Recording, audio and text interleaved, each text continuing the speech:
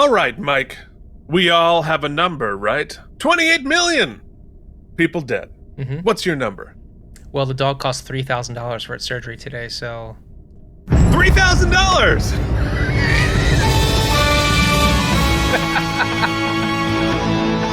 Why am I not surprised? It's not a life-changing amount of money.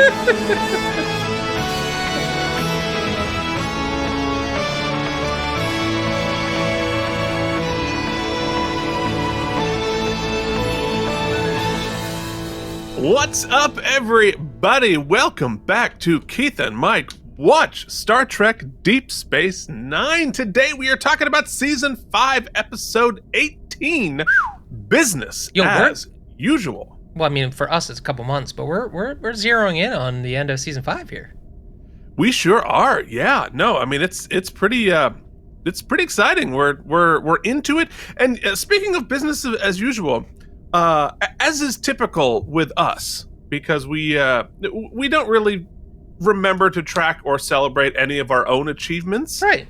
But you realize, or I realized while I was doing something with some website or whatever, our channel on YouTube last month crossed 500 videos. Wow.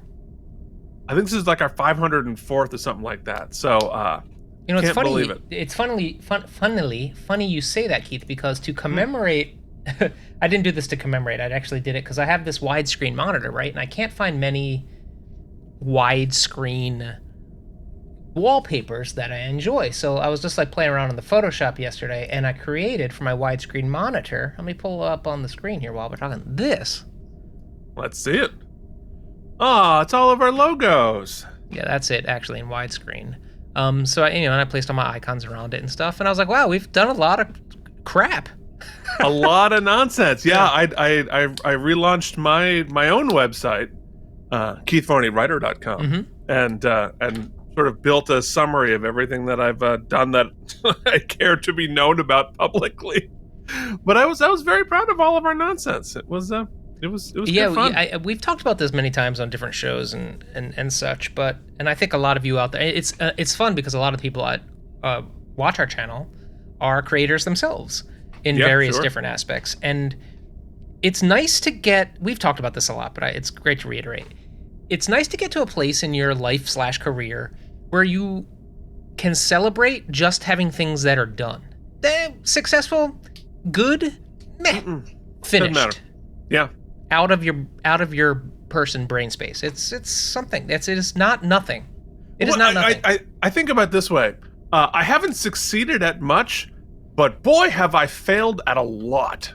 I have a giant library of things that I failed at, and you know what? At this age, I'm kind of proud of that. All right, so let us talk about last week's episode, A Simple Investigation.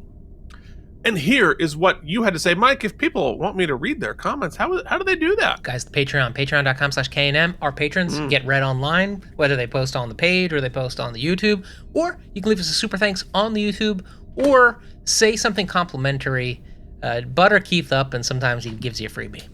100%, or tick me off. Rub those lobes, you know what I'm saying? Rub those lobes. Till they smoke. Eek. All right, so Joshua Cronin, who wishes that wasn't the transition straight to his comment, says, this episode is a little different than others, but it holds up well for an Odo story. Little slower, but hey, we finally get to see what an Idanian looks like, the creators of the famous pudding, which is frequently Idanians talk about food, or we talk about Idanian food. I'm going to go with 73 self-sealing stem bolts for this one from Joshua Cronin.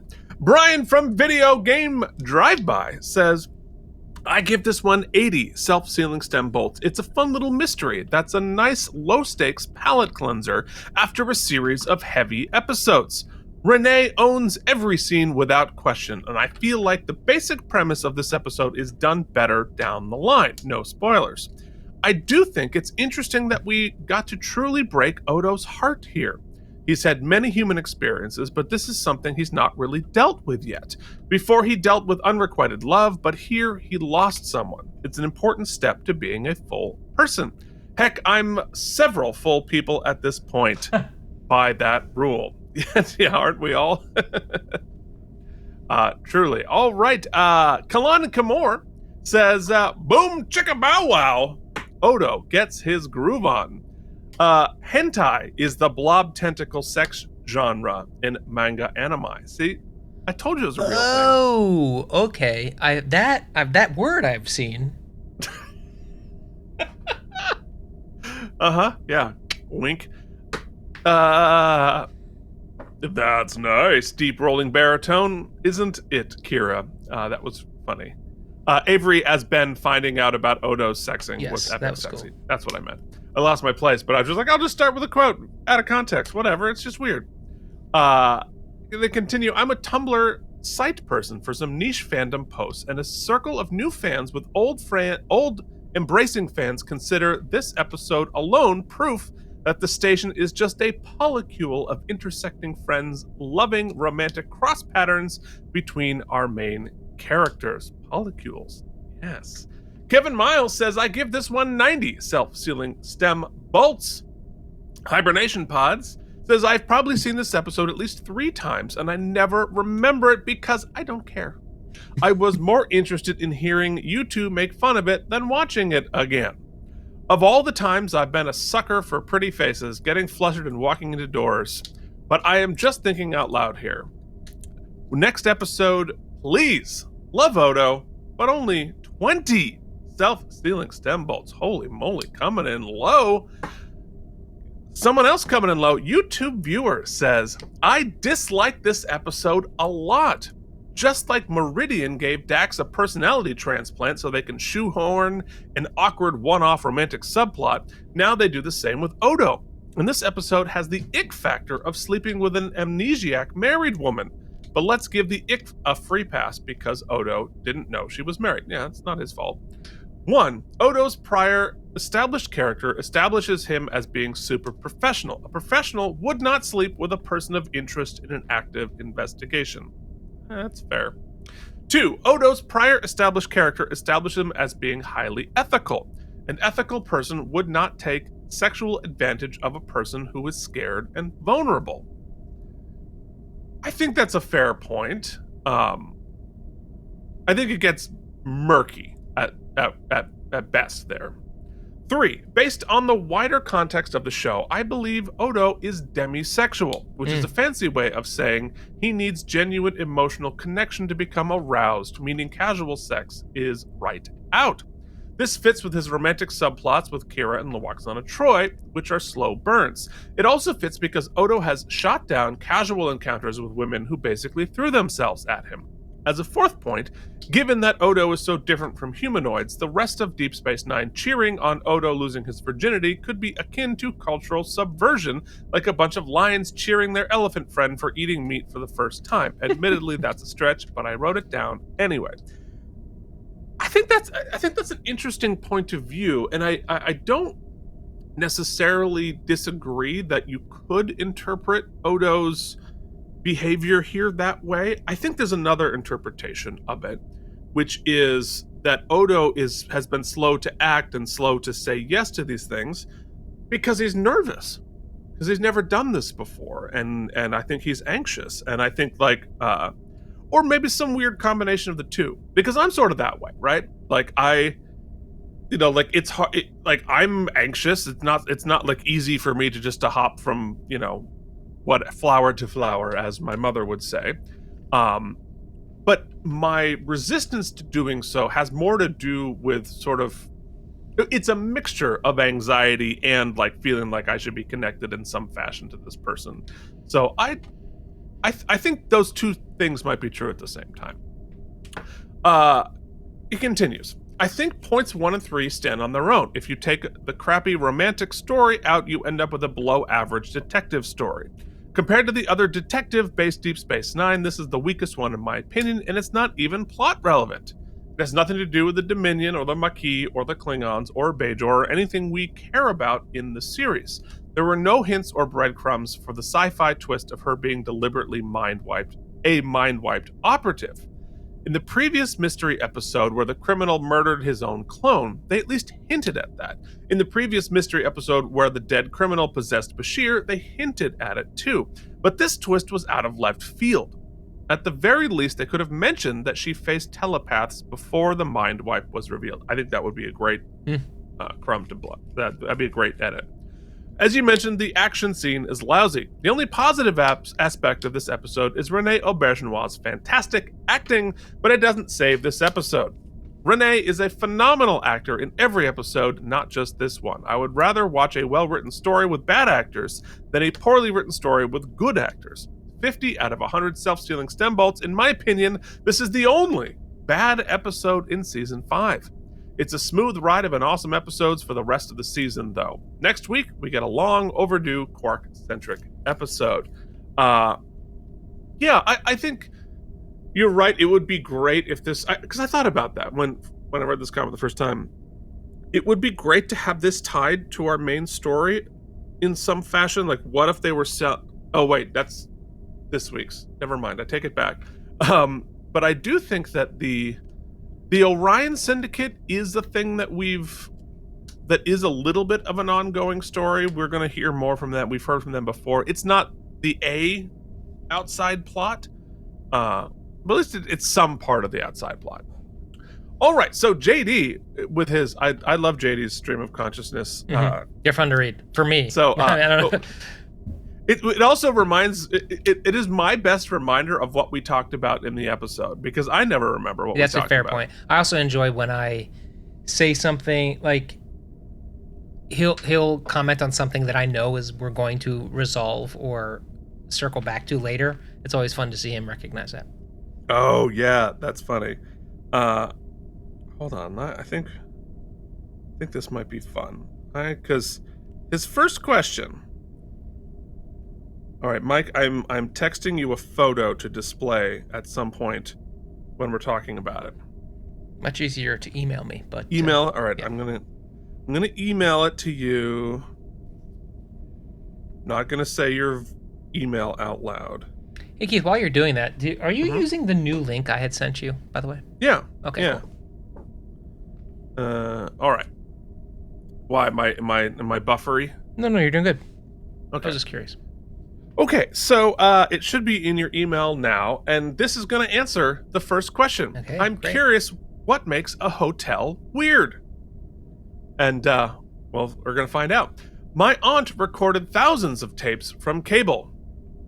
Yes, thousands, that's a lot of VHS tapes. Oh, yeah. What makes a hotel weird? So this was the hotel that I was in Chicago. So, like, the bed is in this weird thing under the window. It's nice. Like, it's all very nice, and it's all new and great. No end tables. No power outlet near the bed. Right? Also, that door to the bathroom, it's frosted glass. And you have to step over the toilet to get to the shower. The sink is on the other side of the room. That's what makes a hotel room weird. Okay, yeah. Now, do you sleep with your head, are your pillows just there randomly, or do you sleep that way? No, you gotta sleep long way, That's how you're supposed to sleep. No, that's how it's a king size bed. It's a big old bed. It's just jammed in a corner. Interesting. Okay. And that's like storage underneath it? Storage underneath it, right? Okay.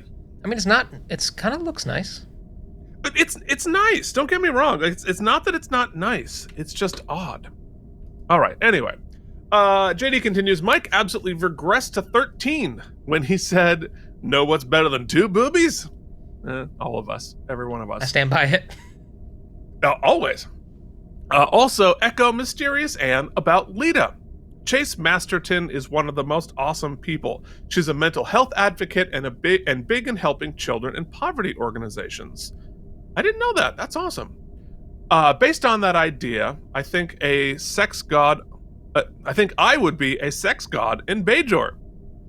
LOL, now the hotel is a sex cube. Well, it kind of looks like that, right? I mean, let's not sell yourself short, JD. You could be a sex god here on Earth. You know? That's true. I mean... Okay. Book your flights to Pennsylvania. Wait, what? You said you're in. He lives in Texas. You should be, if you're booking your flights for sex god, you should be going down there. I guess. Get on a plane, buddy. All right, so... yes, trickle-down economics is nonsense, and Reagan was the devil. Yeah, fair. The idea that Buffy and The Practice start at the same time is weird. It is weird. for me, that makes more sense than Deep Space Nine and The Practice happening at the same time. Mm-hmm. Like, for me, that was like the what? Nothing makes any sense. Time is weird. Time is a flat circle. All right. Sometimes when Keith is trying to cue Mike for a transition, it seems like a dude having a stroke. Yep, that's about right. That's most of our show. That's it. This episode would have worked so much better with a solid Odo. I feel like I need to change my name into a Star Trek reference, like Cisco's desk ball, or Dax's hairbrush, and JD, are you listening to Out of Practice? Because you just said, are Bolians becoming the table fans of Deep Space Nine? JD, are you listening to Out of Practice? Oh my god. Wow, I'm so sorry. Well, enjoy that. Forget it. Okay. Keith, trying to cause feelings of old. I got one for you. You too, JD, you're the same age as us, were born closer to World War II than today. Cool. That's very true. Awesome. That's very true. Love that. Love that for us. Mike, be nice to your friend. We know you've seen squid porn. Don't hate this one, but it was kind of meh. I'm giving it 72 self-sealing stem bolts. Hakuna Matata. I feel like that's a great way to... I mean, am I going to absolutely check out squid porn at this point? I must, yes. I think it's guaranteed. Yeah. I must do so. Yeah, I think it's... I mean, it'd be rude not to. You know what it'd be? It's not rude. It'd be unprofessional. Yeah, you're right. And yes, as well said. We are professional. I appreciate you for that. Whatever this is. Mm-hmm. All right, so let's talk about business as usual, which aired on April 7th, 1997. The top song continued to be Mike, You Can't Do It. Can't Nobody Hold Me Down, Puff Daddy featuring Maze. Listen to it. Is it sampled? Can't Nobody Hold Me Down? Oh, no. It's not sampled of that. It's something different. Why can't I do it, Keith? Would it be appropriating? You think I would just get myself into a hole? I think there's some words in the song you probably shouldn't be saying under any circumstances, but definitely not you, sir. Not you. All right. I mean, why are you adding me? I didn't do anything. You're insinuating that I have in the past. Stop trying to sing the song, Mike. Stop trying to sing the song. What you can do is give us just a sous-song of the top movie, Liar Liar. Oh. That's where he couldn't lie, right? Yeah. Well, Keith? Yeah. I really enjoy your... See, I was gonna lie about enjoying you, but then I censored it, indicating that I was lying, right? So that's kind of the joke there. Okay, good. It's even better with the explanation. All jokes are funnier when you explain them. Oh yeah. Awesome.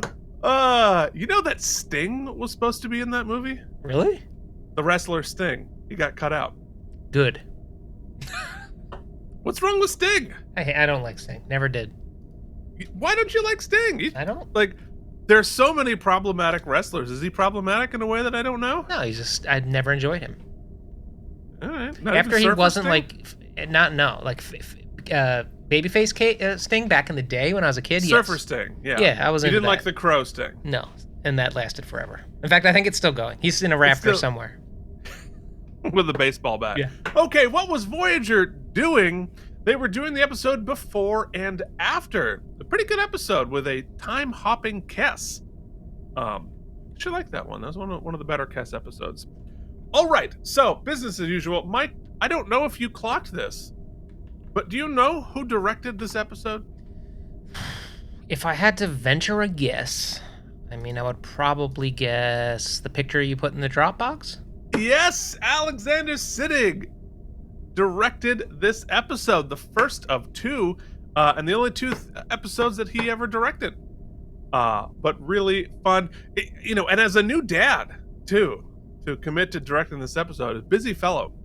Yeah, good for him. How Nana felt about that. Well, there's a fun Easter egg in the episode about that when they, during the B plot, where he kind of makes a face about babies crying, and I thought it was a pretty fun wink. Wink, wink. The whole B plot was somebody complaining about being a new dad. All right, so this was written by Bradley Thompson and David Weddle, who last worked together on The Assignment. Which means, Mike? Now Keith, are you having a stroke? What? Somebody put a wall in my mouth. Oh, that's for a seizure. That's a different thing. Stroke is you smell toast, right? Something like that. I think so. Oh, God. All right. Bad. We're bad people. All right. So, trivial trivia. When Quark pleads with Dax inside her cabin, he starts by saying, "Where I'm going, you can't follow what I have to do. I have to do alone." Do you know what classic film that's from? I would have just said "Where we're going, there are no roads." I would have said Back to Future 1 or 2. Whatever. I think it's the end of 1. Yeah, but then they rehash. Then they rehash it at the beginning of 2. And there are some subtle differences. Pretty interesting. Yeah, because they recast Jennifer. Yeah. It's from Casablanca. There's a lot of references to other stuff in here. I won't even point them all out, but there's a lot in there. But I will point this out. Midway through the episode, Quark is demonstrating a particle weapon to a customer, describing how the weapon is equally effective against moving vehicles and surface emplacements. The weapon is said to be a Breen CRM-111. Not CRM Customs, although I feel like you should probably make one of these weapons now. It's a reference to the CRM-114 device found in B-52 bombers in the film Dr. Strangelove. Alexander Siddig, this would have been awesome. Alexander Siddig wanted his uncle, Malcolm McDowell, who played Dr. Saran in Generations, of course, Oscar winner, to play Haggoth.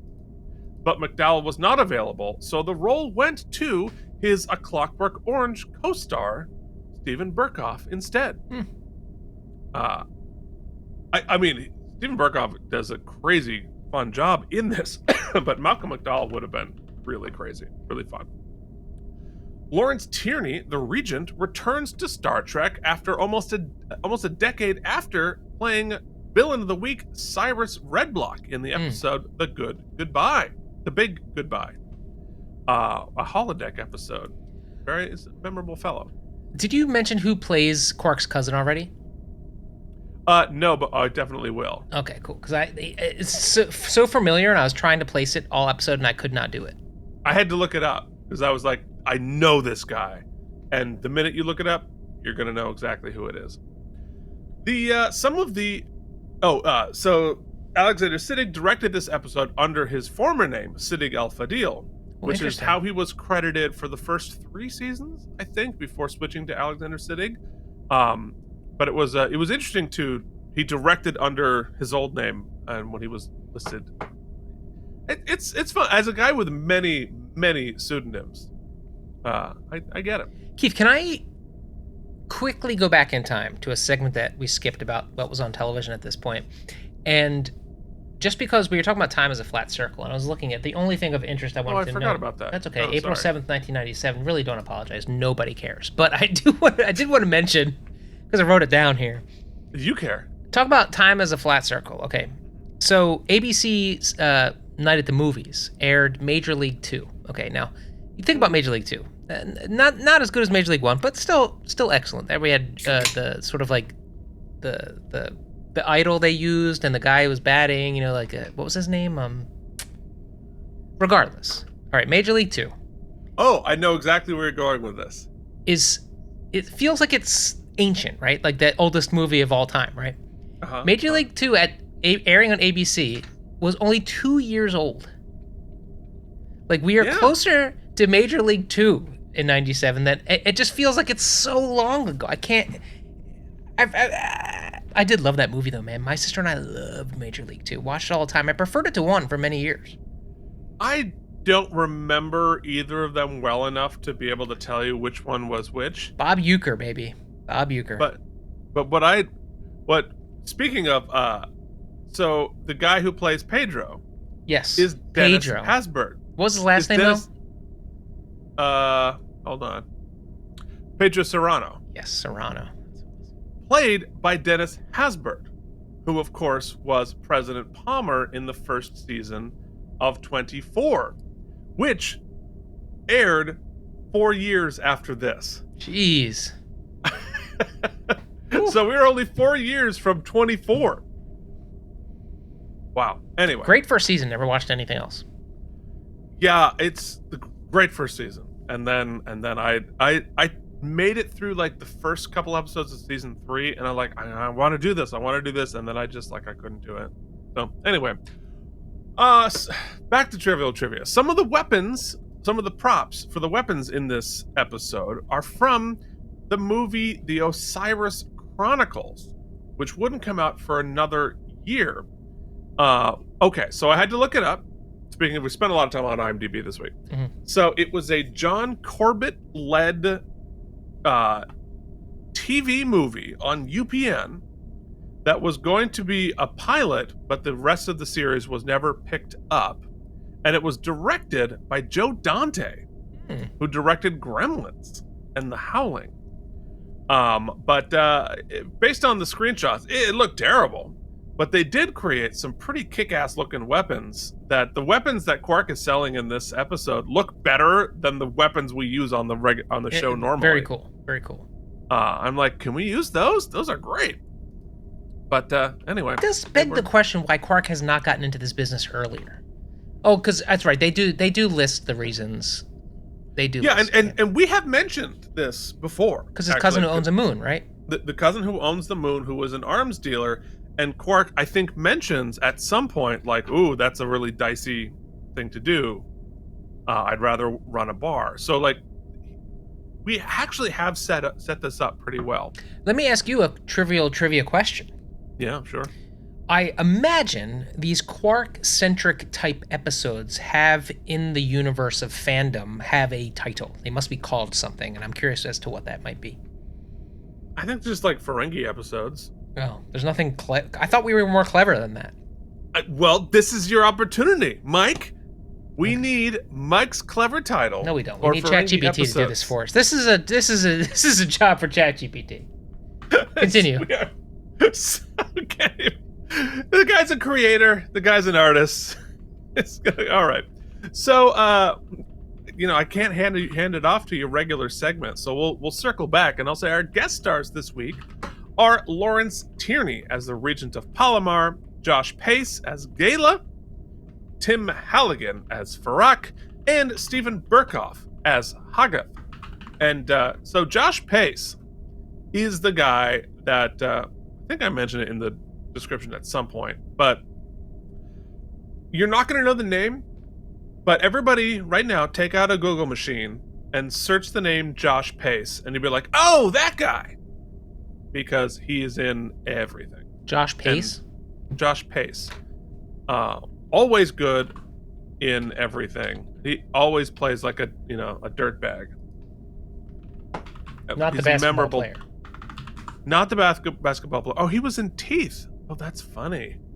Forgot about that. Absolutely. See? That guy, right? Yeah, that guy. He's 100% that guy. A million Law and Orders. Million Law and Orders. Yeah, so Teeth, the musical, starring my sister-in-law, is reopening at New World Stages coming up October. If you want to get your face blown back, go see that show. Man, Josh Pace. Sorry, I screamed. I hear myself. Yeah. Josh Pace is one of these guys. He just keeps getting more handsome and more handsome the older he gets. Yeah. I mean, he is aging into he is like Zaddy time. Come on, Zaddy. That makes one of us.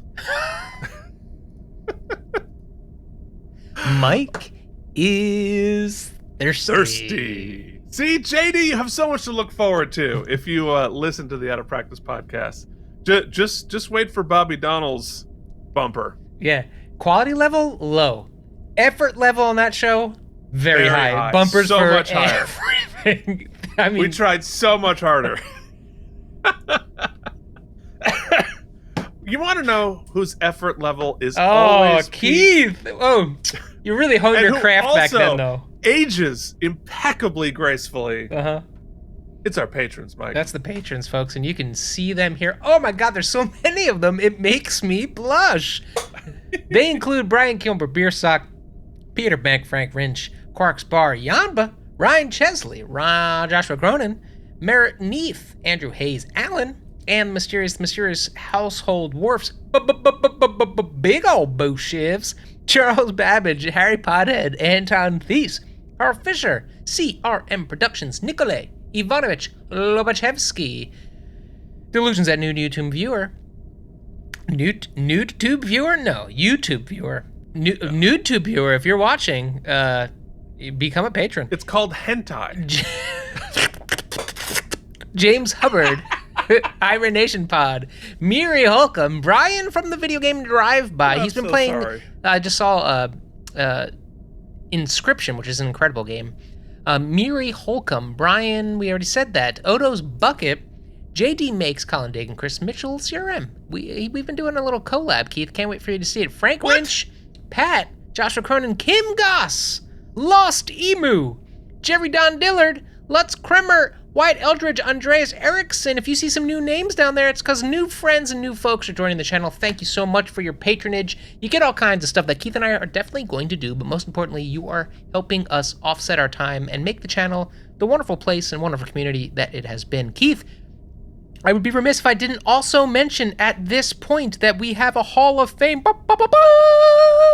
Casey Clark, Brian Kaufman, Jason Moe, Joshua Cronin, the mysterious Anne, Andrew Hayes, Worf's Big Old Boot Shivs, Jennifer Massanova from back in the day, Cloud Lover 69 from back in the day, Jorge Navoa, one of the all-time greats, Charles Babbage, Brian Kilmer, Beersock, and Frank Rinch. So many friends who have crossed that $100 threshold into Hall of Fame. You are the team that makes the dream come true. Thank you so much for our patrons. You can join the team at patreon.com/KNM. And I did that on the fly, Keith, because all of those hours on the Out of Practice podcast that weren't wasted. We have become great at talking. So good at talking. Less on effort, because remember how we had a bumper for everything? Yeah. But the bumper for the Hall of Fame is just... I was thinking earlier, we spend literally a third of the episode talking about last week's episode. Don't even indicate visually at all that that's what's happening. I know. We probably should do that. Yeah. Probably should do that. Whew. All right. What do you say we hop into the screening room? I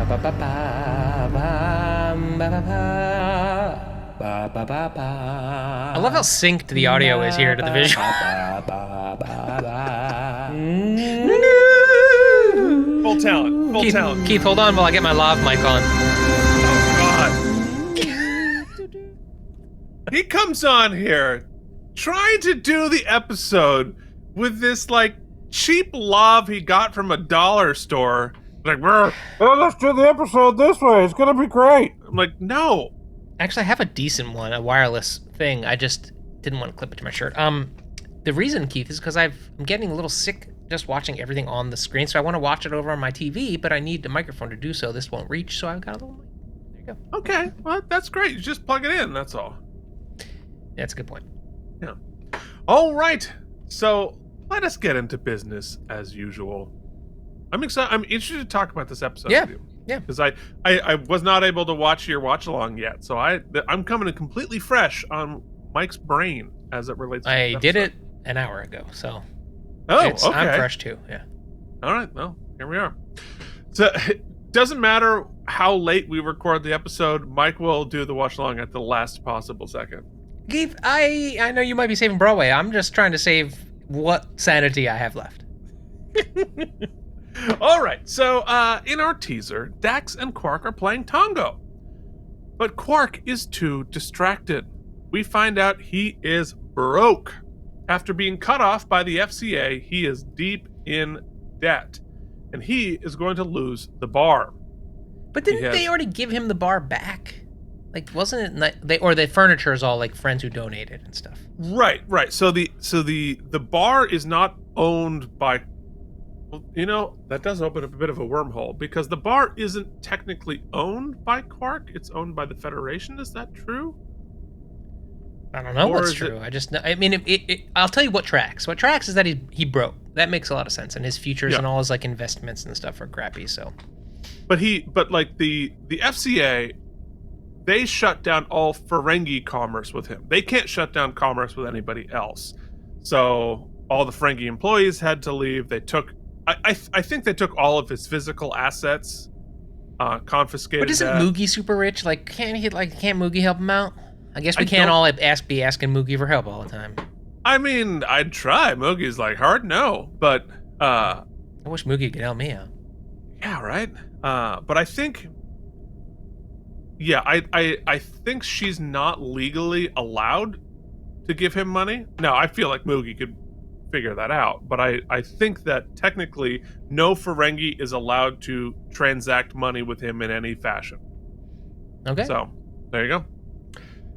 Then, a Bullen comes up and whispers in Quark's ear. Quark's cousin Gala is here. Uh-oh. Played, like I said, by the instantly recognizable character actor Josh Pace. Mike, you ready for this? Yeah. Who is also the voice of Raphael in the first Ninja Turtles movie. Keith, from the first, and also what I just saw on some website that I cannot recall, they are auctioning off one of the animatronic heads from Raphael from that first movie. We'll talk about synchronicity. Oh, you gonna buy it? Are you gonna open it up on toys? Something tells me our patrons can't afford that. No, that would be. I remember that movie though. Mm-hmm. Like that was a really big deal. That was the one where Nash plays Super Shredder, right? Once upon a time, I had an audition for Avenue Q when it was running, and I got to do a workshop with Rick Lyon, who designed all the puppets on Avenue Q, and spoiler alert, did not book. But you went to puppet camp. I did, yeah. And that means you got close. I got getting close is. I'm also professional at that. But anyway, I was starstruck not because I loved Avenue Q, but because I loved the Ninja Turtle movies, and he did the puppets for that as well. Worked on the puppets for that as well, as much as many Sesame Street. Yeah, and a whole bunch of Sesame Street, that kind of stuff. Interesting. Well, synchronicity. I recorded a certain song from a certain musical, which is very I decided to turn a character into a puppet, and recorded the song as Kermit. It's really quite something. All right, only Mike will not remember even what I'm talking about, but for me, I remember it. All right, so Quark's cousin Gala with the everything moon, about that exchange, chef's kiss. Just like so there's a 30-second skip on your iPhone. Like it's get used to it. Just press it a bunch of times. You'll be better off, I promise. So Gala is an odious arms dealer who obviously owns a moon, who previously tried to murder Quark. But this is the first time we have seen him in person. I don't remember the murder plot line though. Yeah, it was like season 1 or season 2. Yeah, okay. So remember when they had like the Hunter tracker bomb that like came in like Dune? Mm-hmm. I think that was Gala who sent that. Tracks. It was around the time that Rom tried to kill him. Back when Rom was a homicidal maniac. So anyway, that's it. But this time, Gala's a buddy, and he's here with a plan to help out Quark by offering him a job helping to sell arms. Now, Quark knows he can't smuggle weapons through the station because Odo would catch him in a minute. But Gala, very smart idea, says his only job would be to wine and dine the clients. But it could make him a huge amount of latinum. And Quark has no idea how lucrative arms dealing is. And so he's very excited about that. So in Act 1, meanwhile, O'Brien is taking care of Hoshi by himself while Molly and Keiko are too expensive to have around. And he can't put the baby down without it crying. We're going to repeat that beat about 40 times. But different people will try, Keith. And it will be exactly the same situation. Not every time.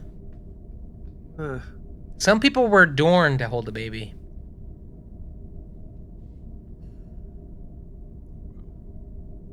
Wow. All right.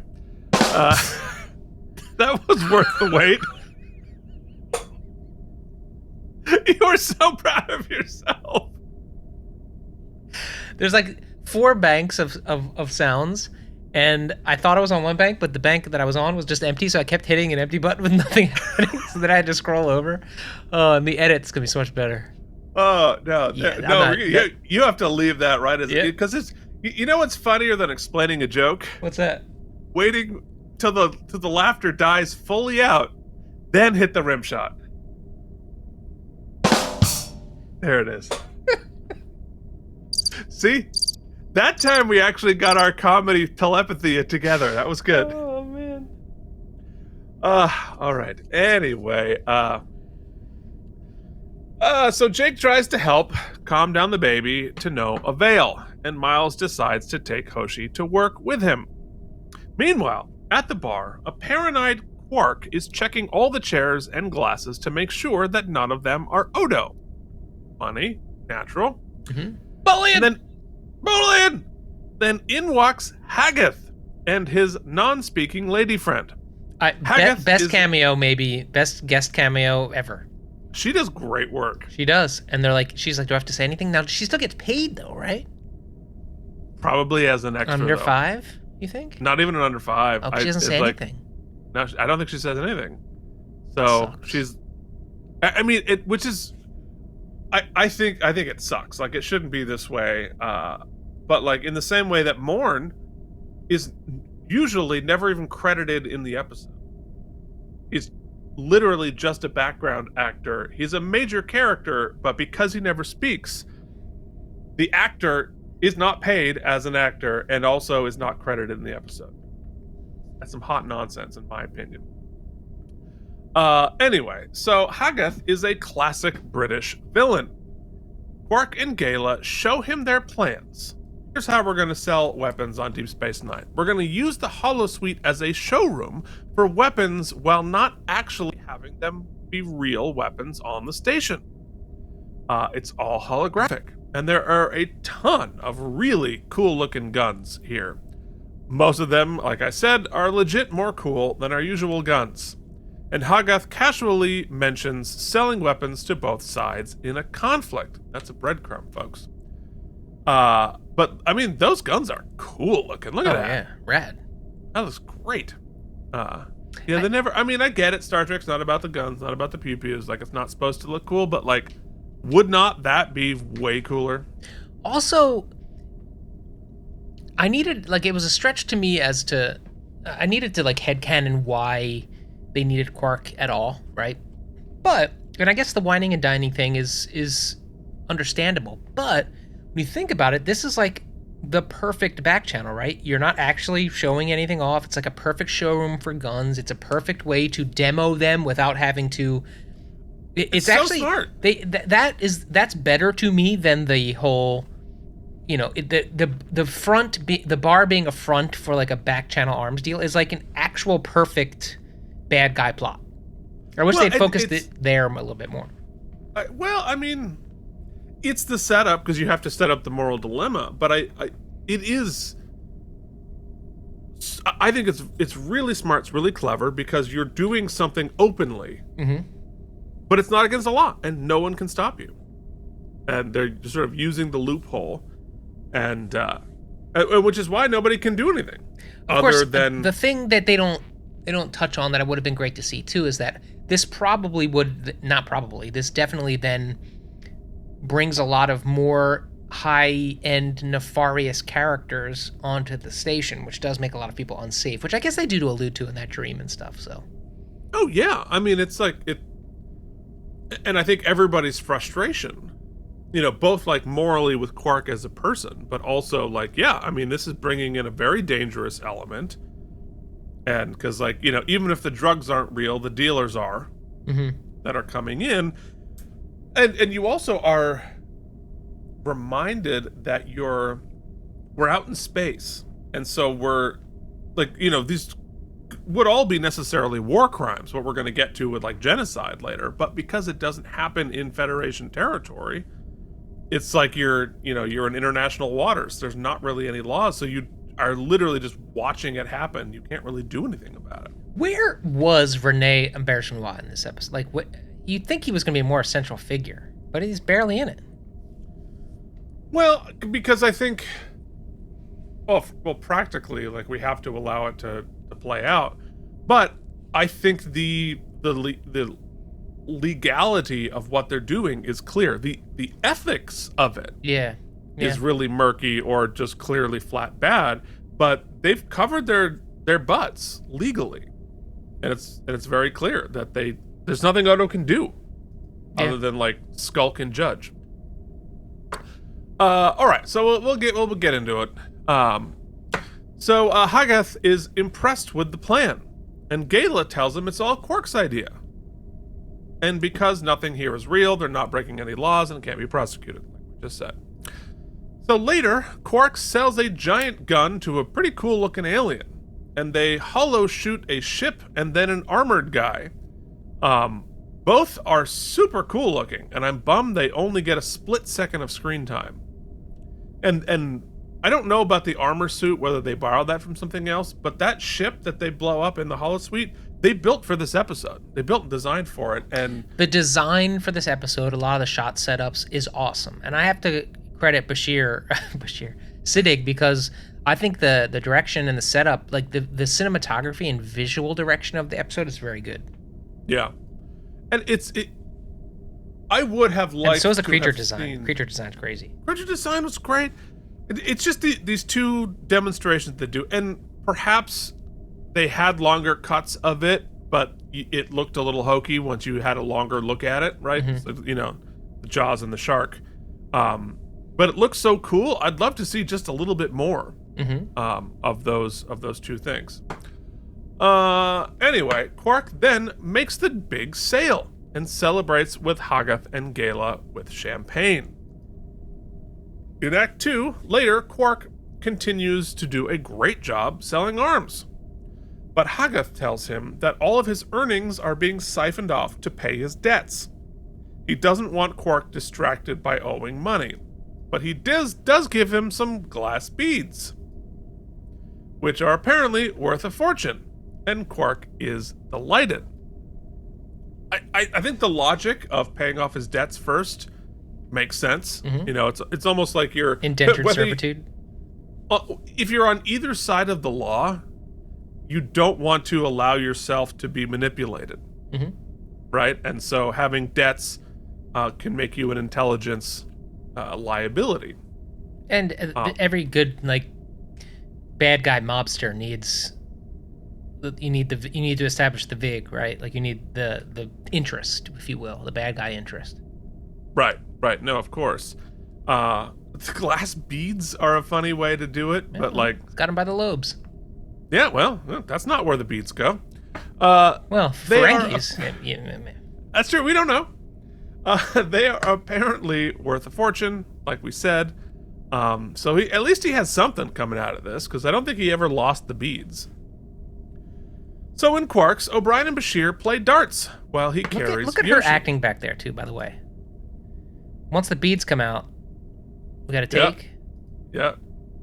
They go away, she's bored. No, she's very good. What are you laughing at?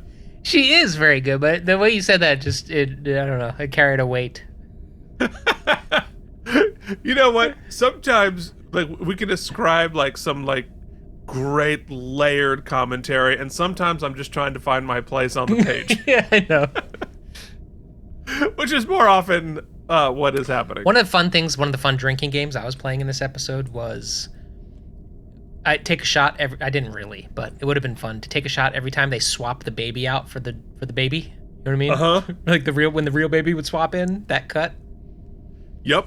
Although this one, when I saw the second time, I was like, "Oh, that's a fake baby," and then no, it's not. I was like, Yoshi, Hoshi. Hoshi, how you've grown. That baby keeps getting bigger. Well, it's eating. It's not sleeping, but it's eating. So, of course, he has to continue to hold the baby while playing darts because it'll start screaming if he doesn't. Okay? Later, Quark is getting his earballs rubbed by Hoggoth's companion when Odo enters. Siddig does a great upside-down point-of-view shot of Odo entering, which is a very clever, fun shot, but also gives us a chance to see how awesome the ceilings are on Deep Space Nine. And we don't see them very often because usually they're flown out to light a scene. But when we do get to see them, it's really cool as hell. So, Odo pulls Quark into his office. But Quark, he's confident. None of these charges are gonna stick. I haven't broken any laws. I have a license to run the holosuite. But you don't have a license to sell weapons, do you? I defy you to prove that I've brought a single weapon onto this station. A mere technicality, we both know what you're doing, and I promise you, you're going to face the consequences. But not yet, because Sisko and Kira enter and tell Odo to leave him alone because Hoggoth sold arms to the Bajoran resistance. Enemy of my enemy. Interesting. And of course, Quark is of course smug and says, better luck next time.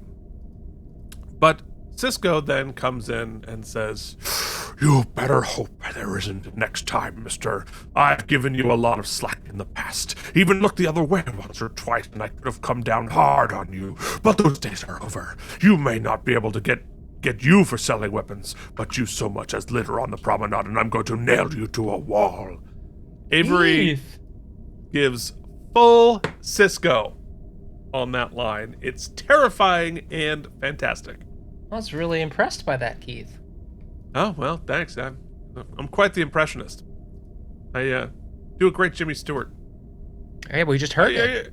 You better hope there isn't the next time, mister. I've given you a lot of slack in the past, even though I've looked the other way. All right. Anyway, there's a cut couplet there.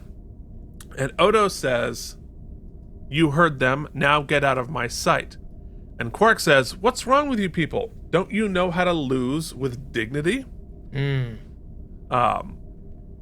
a little too rub it in your facey for where we're going. Yeah, and I think it belies the story that we're telling, that Quark is a little conflicted about this right from the very beginning. And so I feel like that would be a little bit too hard. Anyway, I think they made a better choice just to have Odo give Quark a look. And it's a better blow off to the scene anyway. Renee can handle and tell that whole story with a glance, and you don't need it. So later, Gala, Hoggoth, and Quark gloat. My dear Quark, not every deal is about money. Sometimes you have to look at the big picture. At times, getting a friend can be more important than earning profit. I admit it's not the Ferengi way, but it's good business nonetheless. And talking about Hoggoth selling selling weapons to the Bajorans, he says, I knew the Cardassians were going to lose. And why? Because they were overly confident. Exactly. They underestimated the Bajorans' thirst for freedom. I didn't. Another little breadcrumb there, huh? Yeah. Couldn't you say that sort of mirrors Quark's journey in this episode? And his being overconfident? Quark wanting to be free of this servitude? Yeah. No, I think that's... Yes, it's sort of both, because Quark is both the Cardassians and the Bajorans at various stages in this. But I think for me, what this reinforces why Hoggoth is such a successful arms dealer, because he's understands psychology. And I was going to say human psychology, but no, all of these species, like basic understandings of how people work and knowing how to manipulate their fears and darker impulses and megalomaniac, whatever it is. It's an intelligent villain we have here. Yeah, and arms dealers in general, right? Often, I might confuse my nomenclature here, but much more psychopaths than sociopaths, right? Because they have to have an understanding of empathy and both sides and kind of play that against you, but yet be able to turn off the sort of the right. Well, although like sociopaths can be very intuitive and are very, very good at manipulating other people and understanding what they're feeling, even if they're not feeling anything. Yeah, so maybe more that than this. I think more of a sociopath. Yeah, because psychopath it's sort of indiscriminate, right? So there's a chaotic element to like harm and damage. I don't think he cares either way whether he's doing harm. But he's a yeah. But again, very interesting. I think so. You know, he gives me shades of in this episode, and I was going to talk about this in my wrap up, but he's very much. Are you going to wrap? Oh. He gives me very much Thanos vibes, right? Whereas Thanos had more of a sadness about him. I think he felt the weight of a decision he had to make, and so I don't think he's that. But what he does is the way he frames things, and he uses sci-fi to kind of like zoom out and make things much smaller. Like if you zoom out, right, from the 28 million to the little blinky lights, who cares? It's very much easier to find a thread of empathy for their indifference, which is very much what Thanos did, right? Well, wouldn't you save half of the galaxy? Well, but Thanos by killing half in his own dark way, was trying to help people. He just did it in this incredibly cold. Yes, that's what I'm saying. I would not their motivations totally different, I think. Yep. But their ability to sort of frame is similar. To zoom far enough away that they're just dots, not people. Yeah. So also the scene chewing is the mustache twirling, the scene chewing. It's all it all worked for me. I don't know, but I'm not gonna speak for you. We can get there, but for some reason. It just worked for me. Well, it's a very compelling performance. I mean, like, here's the next thing I wrote, right? Then another employee of Haggoth comes in. He's screwed up, and Haggoth is furious. Stephen Burkoff is at a Bobby Donnell 11 here without ever even moving his head, which I noticed watching a second time. He is like foaming at the mouth, but his head is locked in a vice. Nothing moves. He uses plosives. He uses dynamics. He uses a lot of things. And what I think was really excellent choice in the script here is that in most, like in a Bond movie, what would happen here? He'd be like, oh yeah, you screwed up. Okay, have a good day. And the second he turns his back, blaster, right? Or he'd kill him on the spot. But no, you don't dirty your hands, and you definitely don't do it near business, right? You have an accident take place off screen a little bit. I thought that was a really good choice. Yeah, it's like he's a much more emotional Gus Fring. Yeah. Is how I would sort of feel that. Like it's incredibly. Well, he's a much more emotionally demonstrative Gus Fring. Gus Fring's he's got all the. That's right.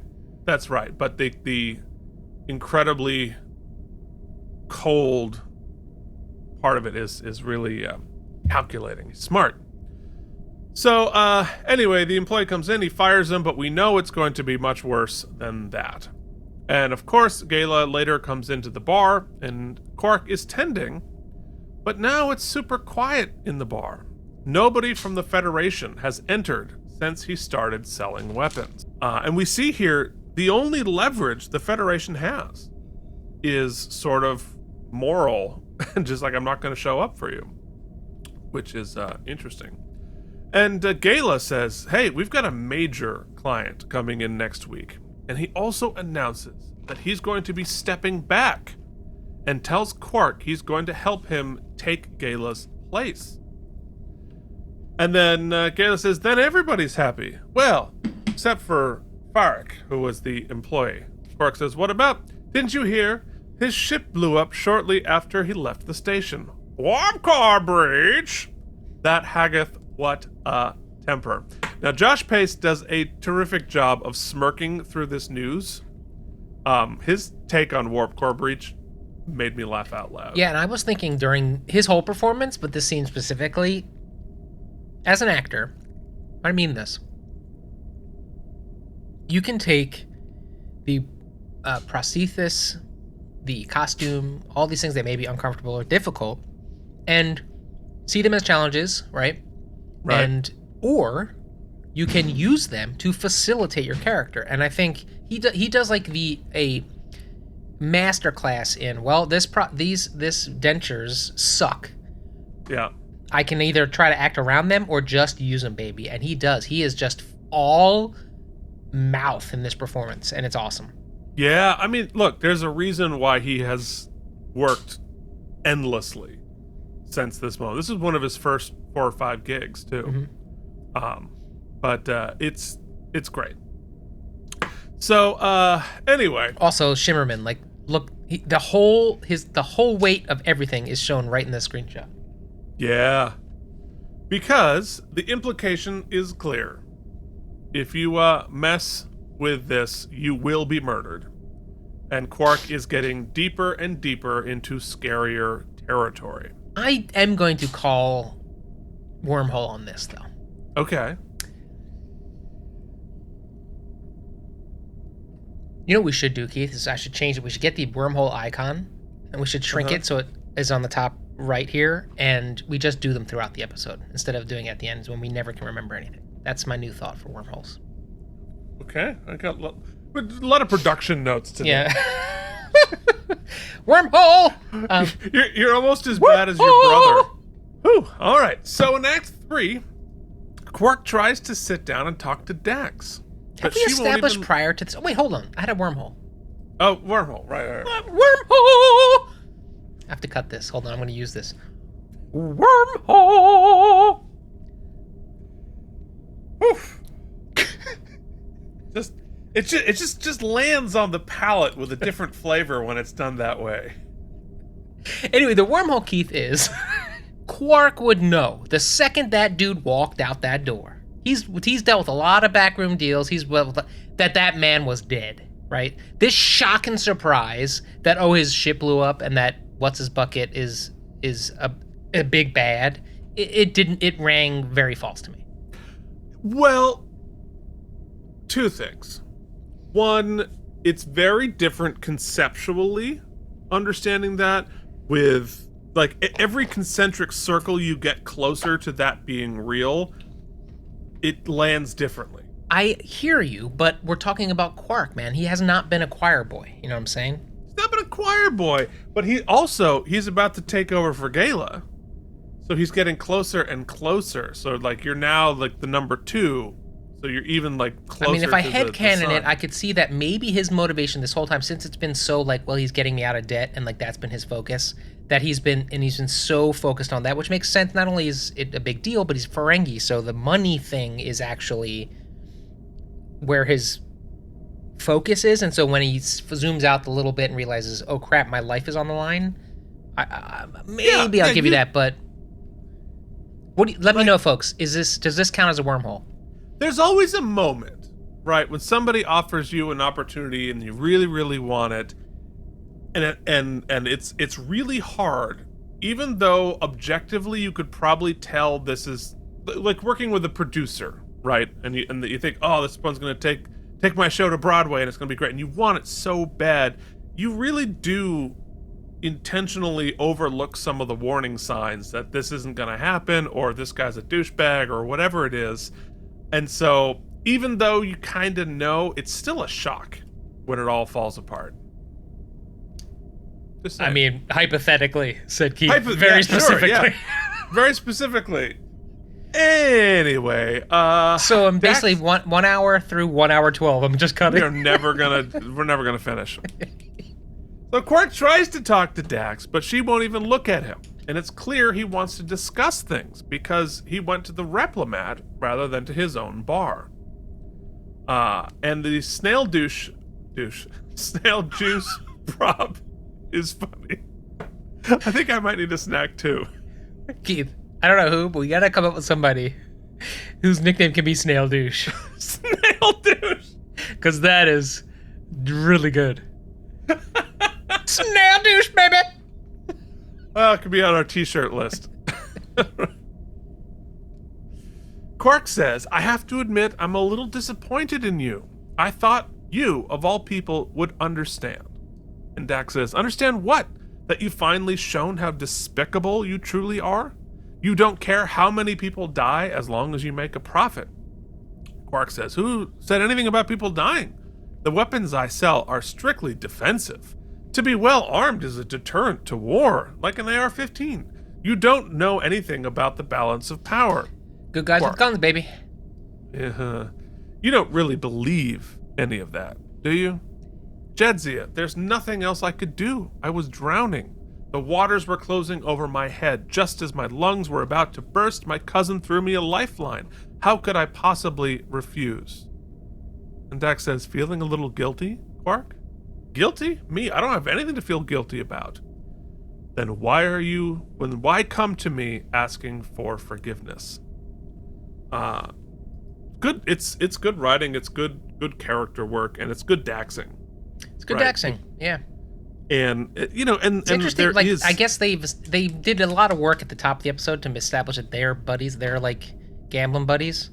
We've seen that a bunch of times before. You don't She's see it as always much the as one who will play with the Ferengi. Yeah, you're right. You're right. Because like the only other some would say that they're Dabros.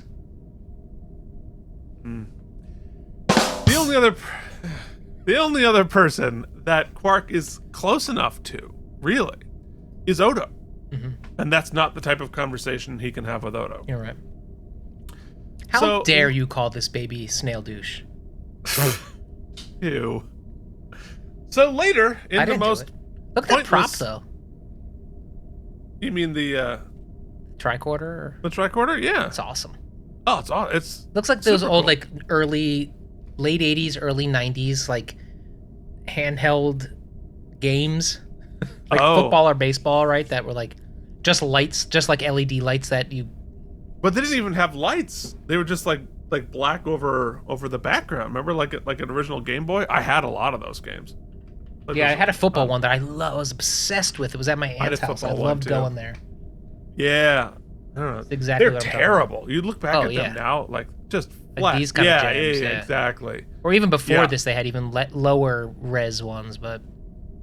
Yeah. No, we're old, buddy. So, later... How old is this baby now? And it's like almost 30, right? It's gonna be 30 because we keep talking. Sorry. So, as I try for the third time, later, in the most pointless subplot ever, O'Brien and Bashir keep talking about the baby needing to be held. Then, Quark has created a feast for the big new client of all of his favorite foods. They use all of the really cool alien extras holding the plates. None of them can speak, but their mouths are like taped shut. There's a cool director beat here. Yes, I'm about to mention it. Okay, go for it. One of them is visibly shaking. Yeah. As we zoom through it. Yeah. And I assume this was a storytelling thing. I also wondered, too, if it's just that it was uneven or his hand, but he doesn't have hand prosthetics. That was my first thought. Or it was the 30th take and the extra was just exhausted from holding the damn thing up. But I bet storytelling. Yeah, it not... It went past shake to a tremble place, and I was like, it has to be... I thought it was a little heavy-handed, but probably had to be to make sure they got it on camera. Yeah, well, and again, at 480i on a 13-inch screen, you can't really see it otherwise. So we do an extended fake-out where Hoggoth pretends to be angry at Quark, but he's a true sociopath, so he loves someone right up until he hates them. Like a certain political leader. The greatest Quark. Quark, you are the greatest person who's ever worked. You're amazing. There's nobody ever better. Nobody's ever been better at making things. And he's going to immediately hate him and say, I never even knew him. And, I'll tell you what, he definitely didn't pay him. Definitely didn't pay him. That's right. And Hoggoth's, and he touches his balls. He sure does. That's very... If you sell enough arms, you can grab them by the earballs. So, there it is. So, later, this is a really weird They just let you do it, Keith. They just let you do it. Alright, so later, the meeting with the Regent seems to be going well. This guy's awesome too, man. So good. Yeah, well, he was the guy on Next Gen. He plays a gangster. The meeting with the Regent seems to be going well. He talks about his foe, a former general that broke off and betrayed him. And Hoggoth says, betrayal? It's the one unforgivable sin. especially when it's committed by someone you trusted implicitly. Another sign of a sociopath. The narcissistic injury of betrayal is especially impactful, so they're obsessed with loyalty. But the regent is impressed, and he wants to buy enough weapons to kill 28 million people. Over a period of time, not just right away. I don't want to blow them up. I want them to suffer for quite a while. I want to escalate. I want to really think about it for a while. Hageth and Gala are already counting the money, but Quark is horrified. Quark says, 28 million dead? Can't we just wound some of them? Pretty funny line. Hageth, of course, is not happy with Quark's squeamishness, and neither is Gala. And Gala and Quark have the scene. Quark, maybe I haven't made myself clear. I've been in the weapons business for 40 years. I want to retire. I don't blame you. But I'm not going to be able to retire if my hand-picked successor can't control his conscience. The regent is insane. Stop being so judgmental. It's his bank account, not his mental health, that we should be concerned with. And this is where he starts sounding like Thanos. Look out there. Millions and millions of stars, millions upon millions of worlds, and right now half of them are frantically dedicated to destroying the other half. Do you think if one of those twinkling little lights suddenly went out, that anybody would notice? Suppose I offered you 10 million bars of gold-pressed latinum to help turn out one of those lights. Would you really tell me to keep my money? And how did he say twinkling little lights with that the teeth prosthetic in? I can't even say it with my regular teeth. But certainly just like, woof. So in Act 4, we begin with Quark's nightmare. All of our characters are dead and are confronting Quark about killing them all, which leaves Quark to wake up screaming. Jake, I know it's supposed to be like a horror scene, but it's like they're all doing the Cure cosplay. Yeah, yeah. It's not good, in my opinion. I mean, in the context of what's happening, I get it, but it's like, it was unnecessary. It didn't do anything for me. Yeah, I feel like there'd be a much more nuanced and successful way to do it. Like, it's almost like they went too hard and too obvious. Like, if I were to do a rewrite on this scene, it would be like a quiet conversation with a little girl by a pond, and we find out that like he'd killed the little girl or something like that. It made me sad just hearing you talk about it. I know, right? See, that'd be better. Or Keith, you ready for it? Yeah, I'm ready. Just a close-up of like O'Brien's dead baby or something like that. You know, like let's use the baby. That'd be a little much. Well, I mean, let's make the B plot do something. I mean, but they do. O'Brien does have a line, I think, in this flashback where he says, like, why'd you kill my baby? Yeah. Or what if O'Brien just said, at least you got it to shut up? Ugh, I can finally sleep. Credits. I haven't been able to take a crap in 3 weeks. We need to quit. So, on Ops, O'Brien has finally found a solution to the crying baby. He put Yoshi in the engineering pit, exactly. And everybody is whispering while watching them sleep. It's kind of cute, but Sisko's like, nah, you can't do that. But I'll let him sleep there until he wakes up. In the original script, those two scenes were flipped. And so we opened here, and it was a longer scene discussing the quiet baby. But I think it makes more sense to start with a nightmare. I also think it would, like, this made me think to myself, why didn't he just go into the Hollow Suite, right? Make a hollow mom singing a song or something and let the baby sleep. You know what I mean? Ooh. Or just have Keiko like sitting in the other room singing right? and like rocking, or just like have Keiko take care of the baby as a like an emergency medical. Just rocking it, right? Or have a hollow you holding the baby. EMK, emergency medical Keiko. Yeah, I mean, I guess that'd be the equivalent of handing the toddler the iPad. Give it the iMom. But yeah, no, that's interesting. I mean, at that rate, you know what? Just put me in there with the Hollow Keiko. Yeah, you wouldn't mind that she doesn't have a soul. Wouldn't stop you at all. You're concerned with something that rhymes with it. All right, so later, Quark goes. Funny. It's weird. They didn't do an episode on Business as Usual. They just skipped it altogether. It's strange. They usually do all the episodes. Never even mentioned it. Yeah, weird. So later, Quark goes to Dax's quarters to give her his Tongo game. He wants to tell her what he's going to do. He has a plan, but she won't have any of it. So he goes alone and monologues into his own reflection. What's one life compared to 28 million? He's gonna do something. We don't know what. But in Act 5, we find out that Quark tells Hoggoth that he can't get the mutagenic virus that's going to kill all 28 million people, but he's got an alternative plan. That's going to take some time. He's going to get a sample of a different virus that he will show to the Regent soon. Hoggoth accepts this, and Quark leaves and sighs in relief. Later, he goes to talk to Gala and talks him into meeting someone. It's the general who betrayed the Regent, i.e. the other side of that conflict. Quark says, I'm going to try to sell to both sides. It's risky, but it will double their profits.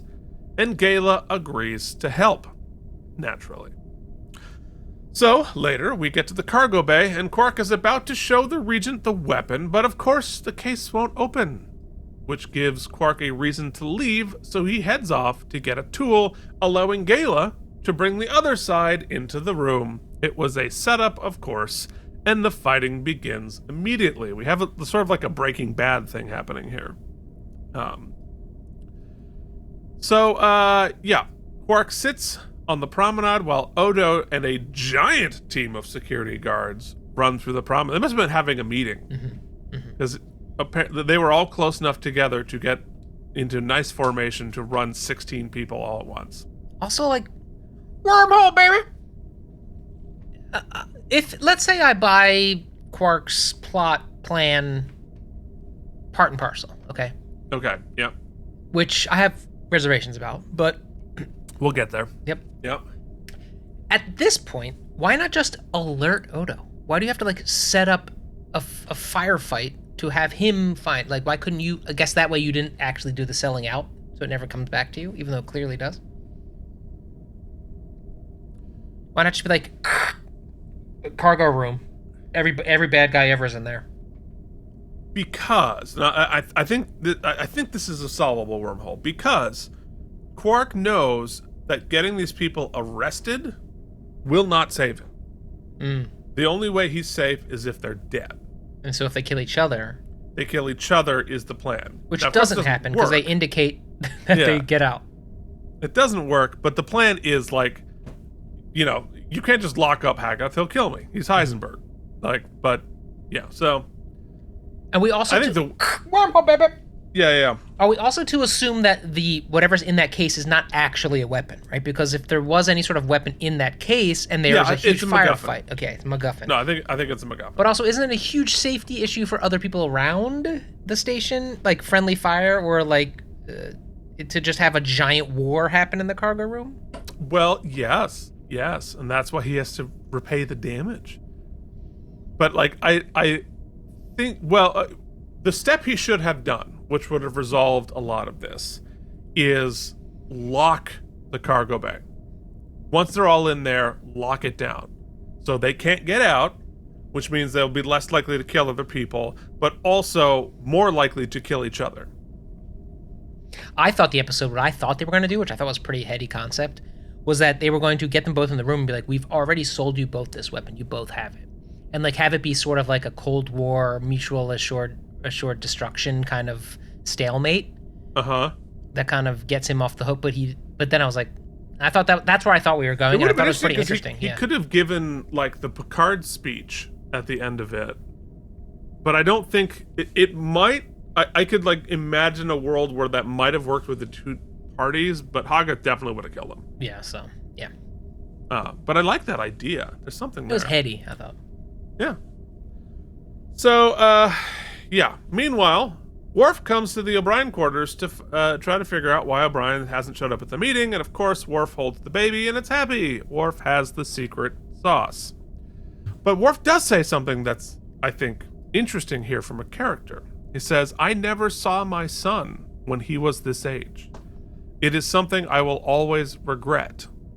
You're a fortunate man, Chief." But of course, O'Brien is asleep. Like, I get it. I can see why you're going to hate this plotline. But the baby's cute, and this scene is cute. Worf is so cute in this that I'm like, okay. Like it almost sold the whole thing for me. I was like, okay. It's trite. I'll just say it now. Here's the thing with this part. I think it is a perfectly fine story there. I think, I'm not a parent, but I know that this is like a huge thing for parents. And this is such a universal experience that everybody goes through, and like I'm literally in it right now. I mean, this puppy thing is this. Yeah. And it's like, it's a whole thing, and it's really universal. But my problem is, it's way too universal. This could be a plot on Full House. This could be a plot on pick any show in any universe. This plot has been done 10 trillion times. Yeah, it's completely... like, oh, it's the one you least expect is the one that can make the baby be quiet. Oh, every single show that has ever been done ever in all of time and space does this plot at some point, and it's nothing to do with Trek. It's nothing to do with the story. Like, what is the point of this? It's so generic. It's like a sitcom plot. You don't even need to change anything. Nothing needs to be changed to put this on Full House. Why are we doing it? Keith hates babies. I hate babies. If you're not a childless cat lady, you're a garbage person. That's what I don't know. It's just my feelings. So, hey, yay.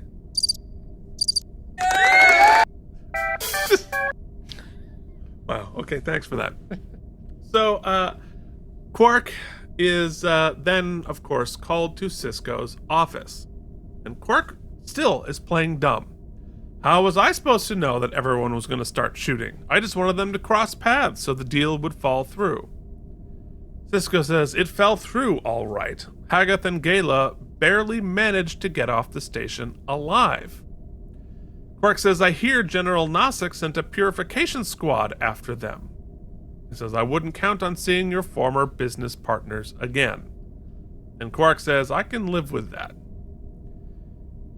And so can the 28 million people. And Sisko says, me too. This is my gigantic wormhole. Sisko's like, okay, I'll drop the charges if you repair the cargo bay. Putting him back in debt, closing the circuit.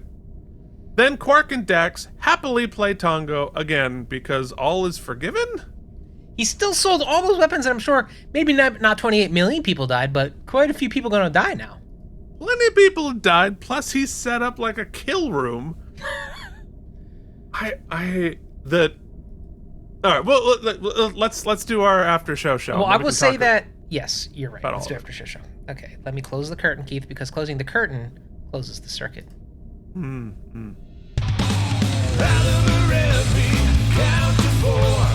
AlamarEmmys, then one more. AlamarEmmys, it's AlamarEmmys. Good job. Okay, so we've already begun discussing them, but let's keep going with our wormholes.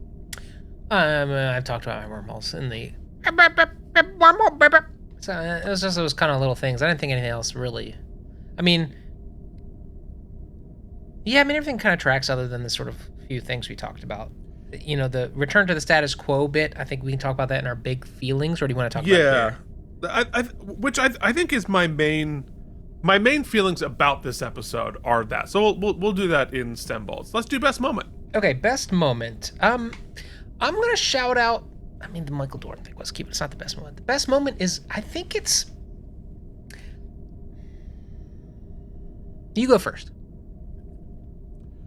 I think for me, it's going to be what's his name? Josh Pace's performance as Gala. Yes. In two moments. The warp core breach, the sarcastic that, and then his winking out a star speech. Because I think those it's an interesting character. It's an interesting take on it. I think he just does such a good job of making this a memorable and interesting Ferengi. Yeah.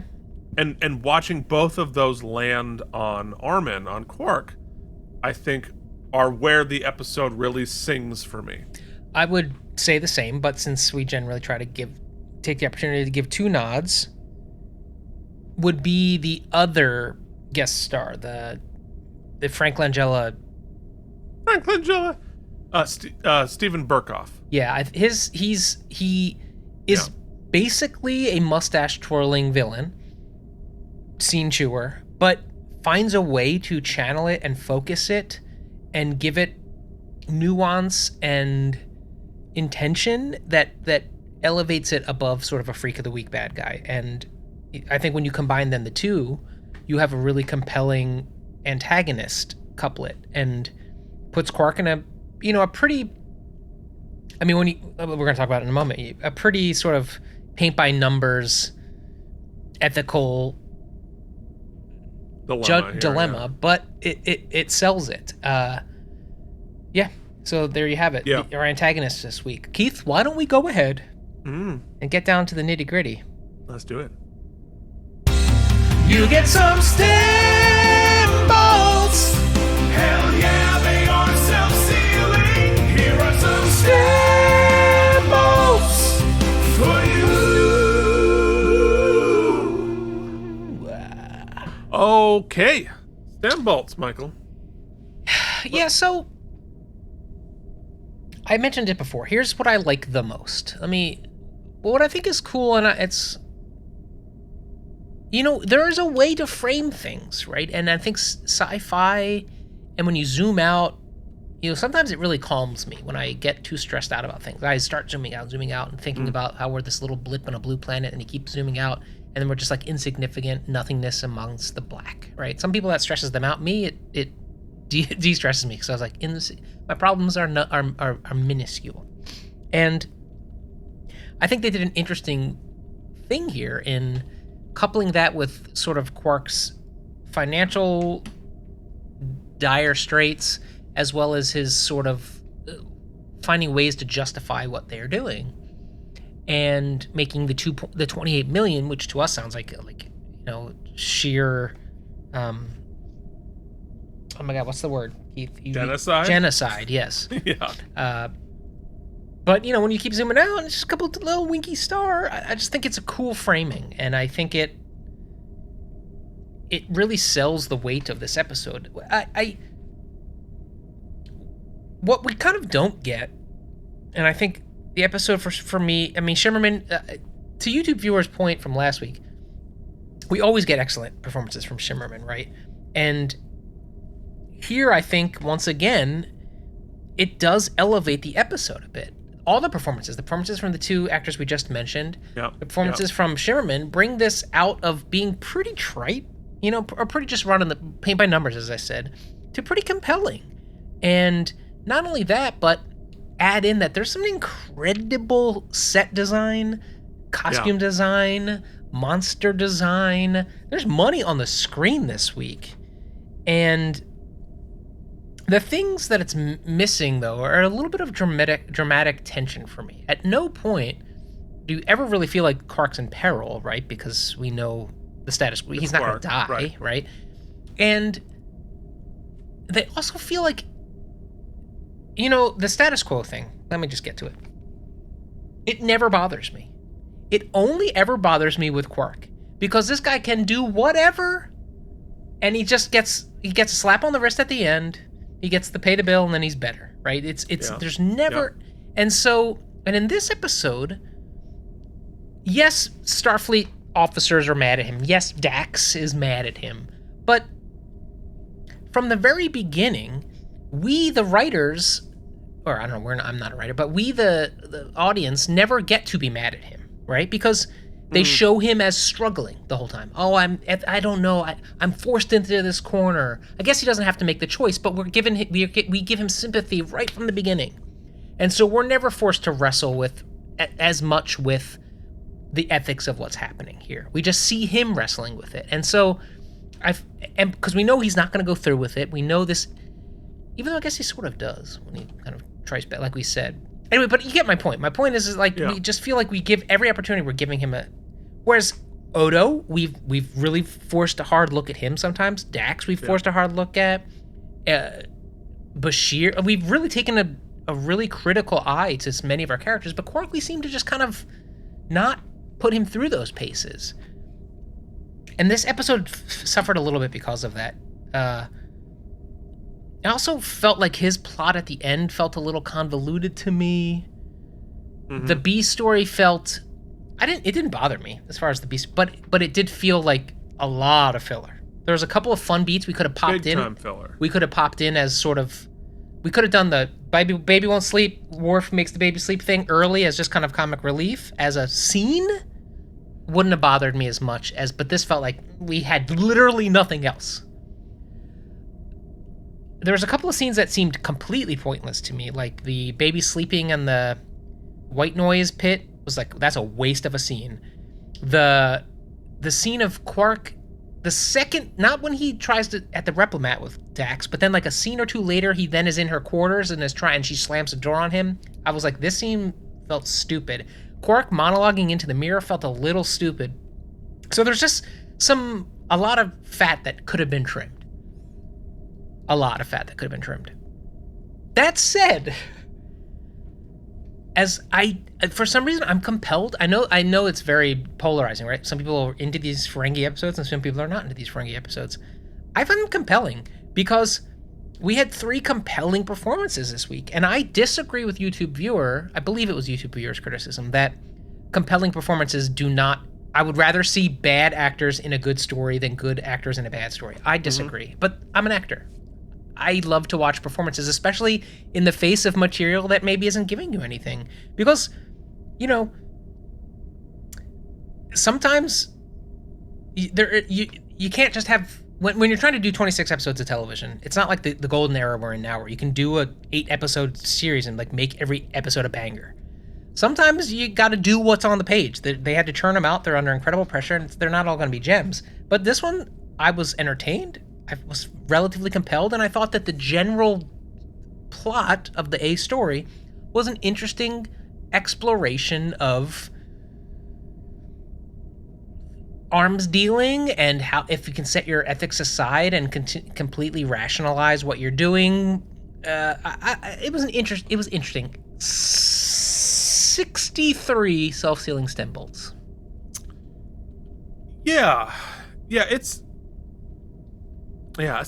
interesting, because this is one of those episodes that I remember better than it is, because I love the idea, right? There's structurally, the idea of this episode I think is very strong, right?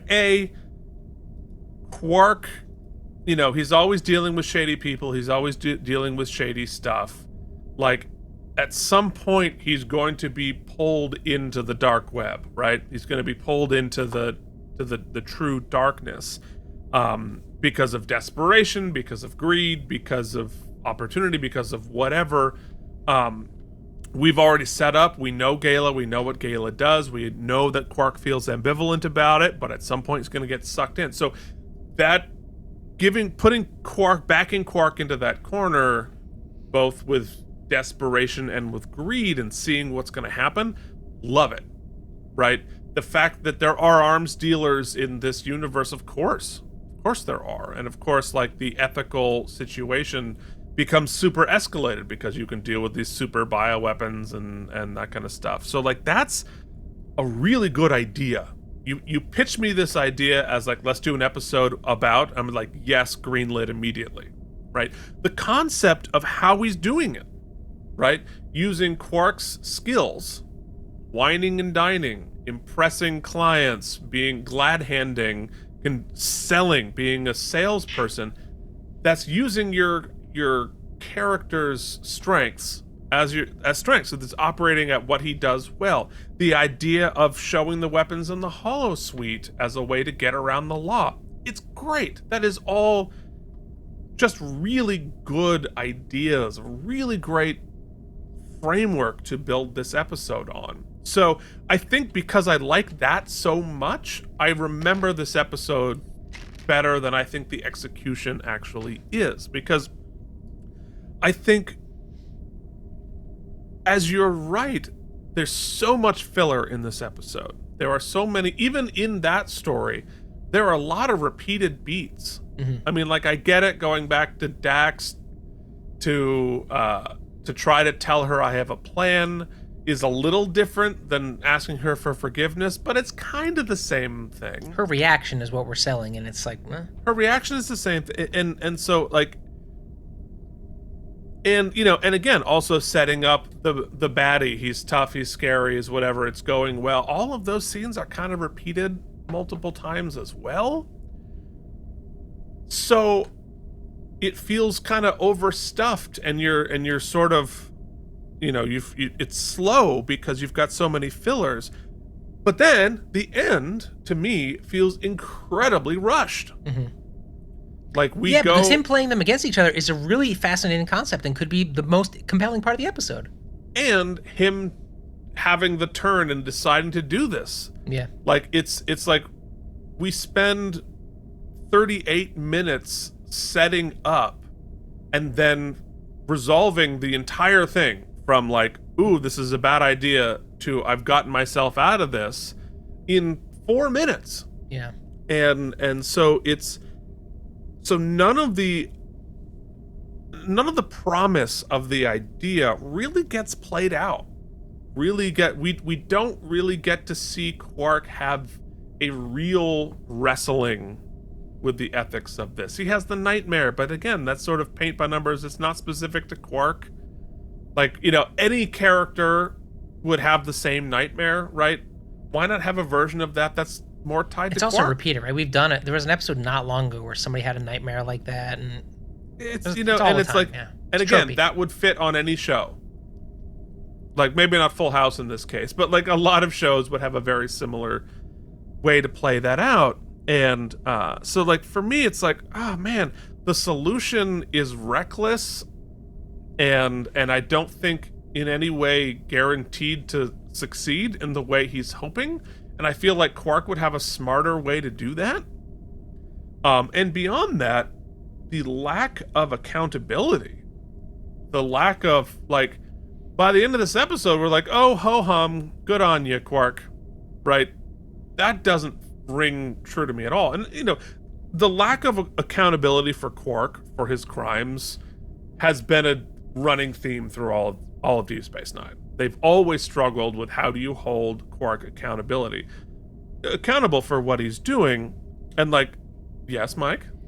How cool if we had a scene, Keith, if you were writing this episode and you had written a scene where, when they're all like, you know, everybody's mad at me, or he has, instead of that, like, I'm sorry, I'm inserting this, but please, that scene with Dax at the very end, why it doesn't work is because I think it was like, immature writers are like, hey, we need that scene where the hero, fearing that he's going to die in war, goes to his lady and is like, I might die, I want to say, like, my piece, right? That's the scene they're trying to have there, but their chemistry is kind of surface level, even though we've established it, and also we know he's not going to die, and so there's no dramatic tension in this scene, and so it's worthless.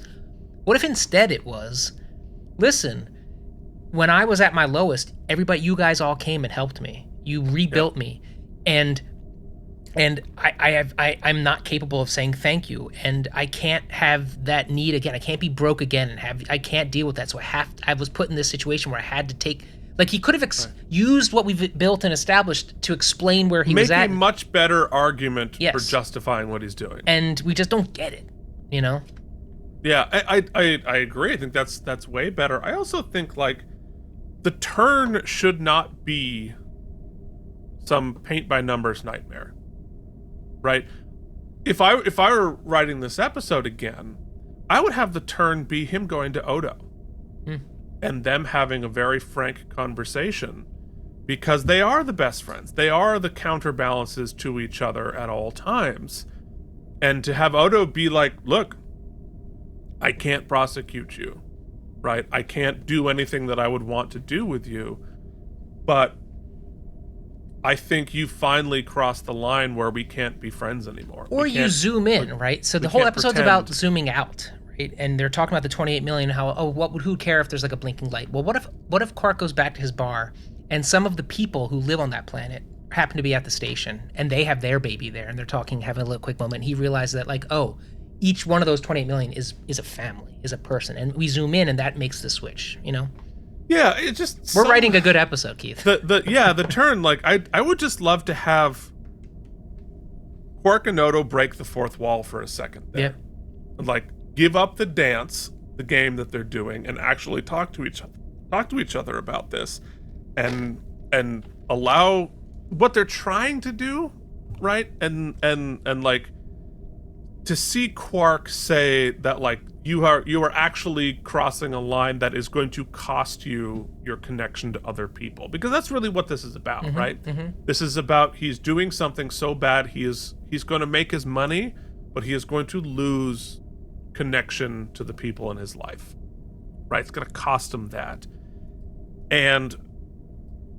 But we don't, right? They sort of like, I'm mad at you, so I'm not going to like talk to you right now because we're in a fight. Not, this is it, man. This is the line, and you go by this, we're done. Not, we're in a fight. Not, we're going to sort this out. I can no longer have a connection to you because you have crossed this line. And I think that would be much more interesting. And again, like, you know, there's no consequences for this. You have to clean up, like, you have to clean up your murder room? What? That's it? Like, what are you doing? And, you know, so it's like, it is, I think, the most egregious Quark just gets away with it in all of the show. And there needs to be something. It's got to cost something. Yeah. And it really doesn't. You know, why isn't Rom a part of this?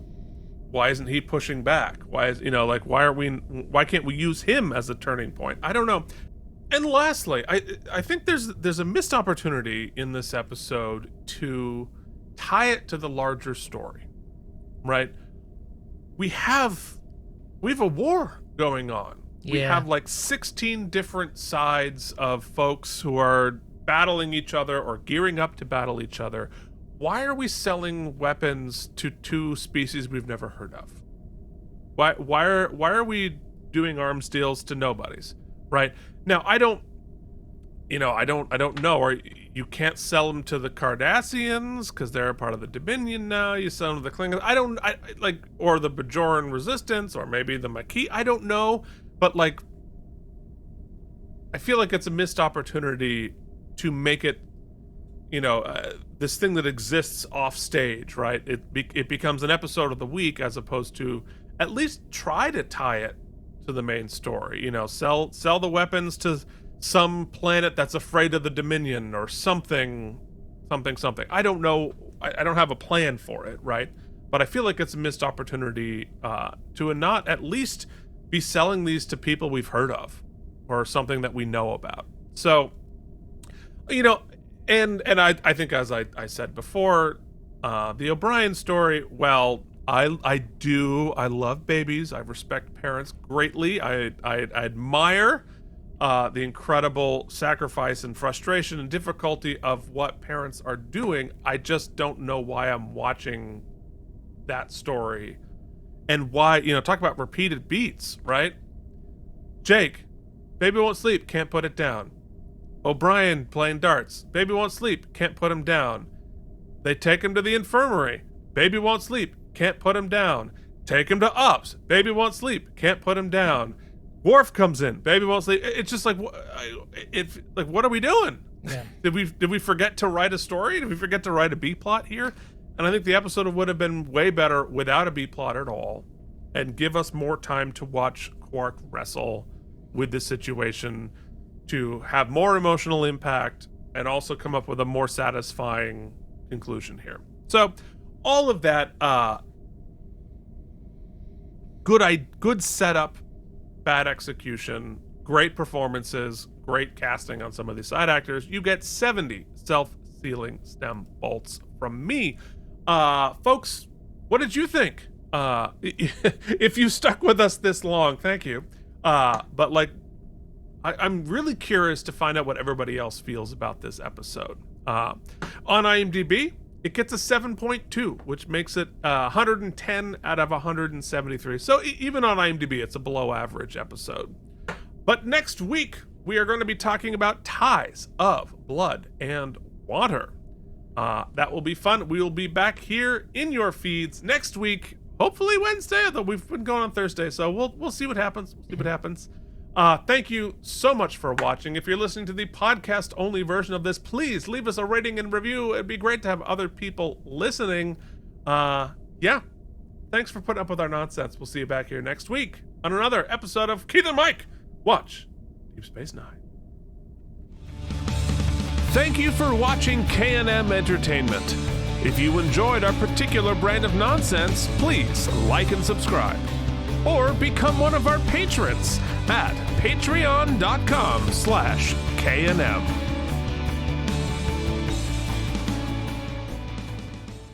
Wormhole! Oof. It just lands on the palate with a different flavor when it's done that way.